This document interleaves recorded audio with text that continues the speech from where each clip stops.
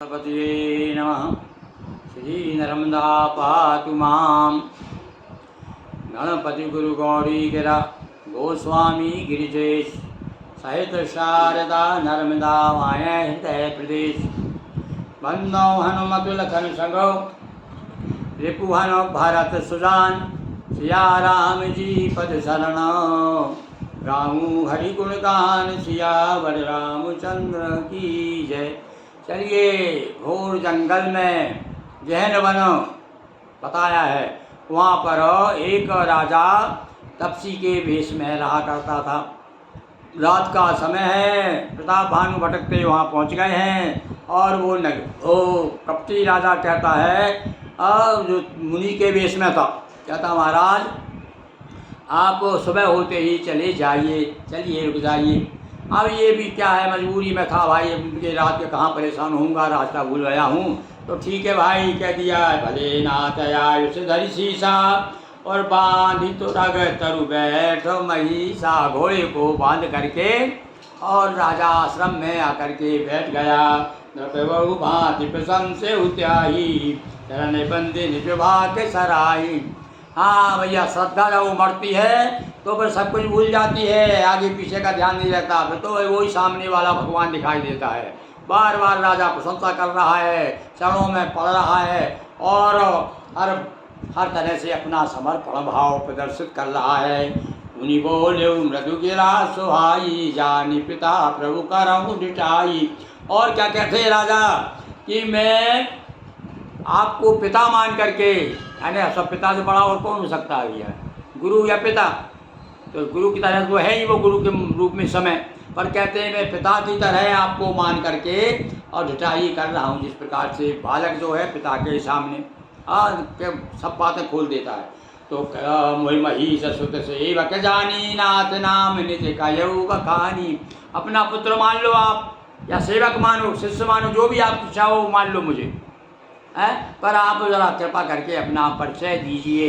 हम जानना चाहते हैं कि आप और यहाँ कब से हैं, कौन हैं। और इस प्रकार से जब बात पूछी तो ते न जान न पहुँचो जाना और भूपो सुरद सो कपट सयाना। दोनों बात विरोधी है। राजा जितना हृदय कोमल है, जितना विनीत है, जितना निष्कपट है, उतना ही सामने वाला कपटी है। तब वो तो जान गया, पर राजा उसे पहचान नहीं पाया। तो बैरी पुनि क्षत्रिय पुनि राय। भैया दुश्मन और दुश्मन भी क्षत्रिय हो। देखो हमारे यहाँ पर बुंदेलखंड में कहते हैं कि यदि कोई माँ जो है अपने बच्चे को सिखाती है बचपन से कि बेटा ये फलाने फलाने तेरे बाप को मारा है, इसका बदला तुझे लेना है, बाप का बदला लेना है। तो भैया कहते हैं एक जगह लड़का बचपन से इसको बताया गया कि ये बाप को बदला लेना, बाप का बदला लेना है। और गांव में आला हुआ करती बरसात के दिनों में, हैं, और उसमें बताया है कि एक आला के जो है बाप को एक दूसरे राजा ने सर काट करके और ले गया था और वहाँ पे दरवाजे पे लगा दिया था। वो कथा हम कभी सुना ही आप। तो लड़कों को उसकी माँ बार बार देखिए, माँ के ऊपर होता ही बच्चे को राक्षस बना दे या बच्चे को देवता बना दे। तो यहाँ पर वो क्या करती है, बच्चे को बार बार जब वो मतलब कहना चाहिए भावना भरती है उसमें, तो बच्चा से ज़्यादा उम्र नहीं थी, जब 10-12 साल का बच्चा था, आला हो रही थी, और जब कहा उसने जा कर के अपने बाप का बदला लिया आला उदल ने। तो इसने भी उठाई, घर आकर को तलवार उठाई और भागते भागते गया और जाके उसका सर काट दिया था, लड़के ने काट दिया था जाके। तो भैया ऐसा होता है, क्षत्रिय जब होता है तो उसका बचपन से ही उसमें खून में क्षत्रित्व लाया जाता है। तो अब यहाँ बताया कि एक तो राजा और फिर दूसरा क्षत्रिय भी था वो, फिर दुश्मन और क्षत्रिय हो तो और है नीम और करेला कहते हैं ना, नीम पर को जो गुरबेल चढ़ जाए नीम के ऊपर और कड़ी हो जाएगी। तो बैरी पुनि क्षत्रिय पुनि राजा और छल बल की निज काजा। अब तो भैया साम दाम दंड भेदी 4 नीति है, तो यहाँ छल बल आ गया, यहाँ पर धोखा भी है। भाई जैसा भी हो दुश्मन को किसी भी प्रकार से वश में करना चाहिए, हराना चाहिए। तो छल बल के साथ में अब उसको मौका मिल गया। समझी राज सुख दुख तैयाराती यवा अनलय सुल गए छाती। देखो भैया, ये जो है दुश्मनी ऐसी होती है, जब बैर हो जाता है किसी से तो कहता है आवाज़ ऐसे ऊपर से दिखता नहीं है, भीतर भीतर सुलगता रहता है। आवाज़ जानते होंगे आप लोग, बहुत कम जानते होंगे, क्योंकि गांव में जो रहता है वो जानता है किस प्रकार कुम्हार बर्तनों को पकाने के लिए आवा रखता है, और ऊपर से सब मट्टी अट्टी सब डाल देता है, राख वगैरह डाल देता है, वह भीतर भीतर सुलगता रहता है। तो इसी प्रकार से ऊपर से तो वो लगता रहा था, वो ऐसा लग रहा था कि बड़ा सज्जन है, बड़ा तपस्वी है, पर ईशा नल में जल रहा था। सरल बचन रप के सुन काना, पैर सवार हृदय हर्षाना।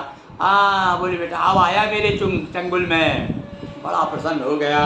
कपट बोली बानी मृदल, बोले जुगत सने समेत, नाम हमार भिखारी अब निर्धन रहे निकेत। कहने भैया हम तो भिखारी हैं, निर्धन है, हमारा बस यही तो निकेत है हमारा। इस प्रकार से बड़ी मीठी वाणी में, और ऋषि मुनि संत लोग कैसे बोलते ना, तो कभी भैया नकली भी जो असली को मात कर देते हैं। तो आज इसमें भी वही बात हो रही सामने, राजा के सामने वही स्थिति आ गई है। राजा तो पूरी तरह से समर्पित है।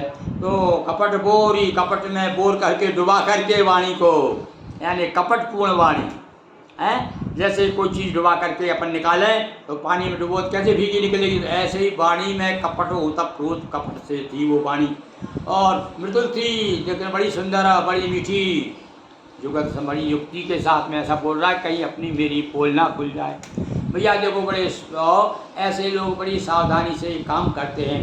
कहने लगा हमारा नाम तो भिखारी है, क्योंकि हम निर्धन है, अनिकेत है। अनिकेत अनिकेत आने होता घर, आने नहीं, हमारा कोई घर द्वार नहीं है, हम तो अनिकेत हैं।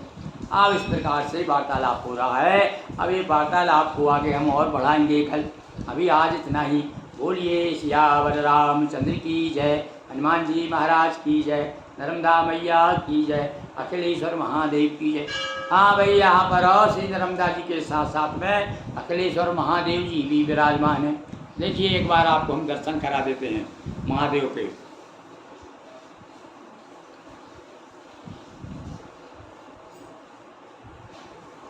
बोलिए अखिलेश्वर महादेव की जय, हर हर महादेव शंभो।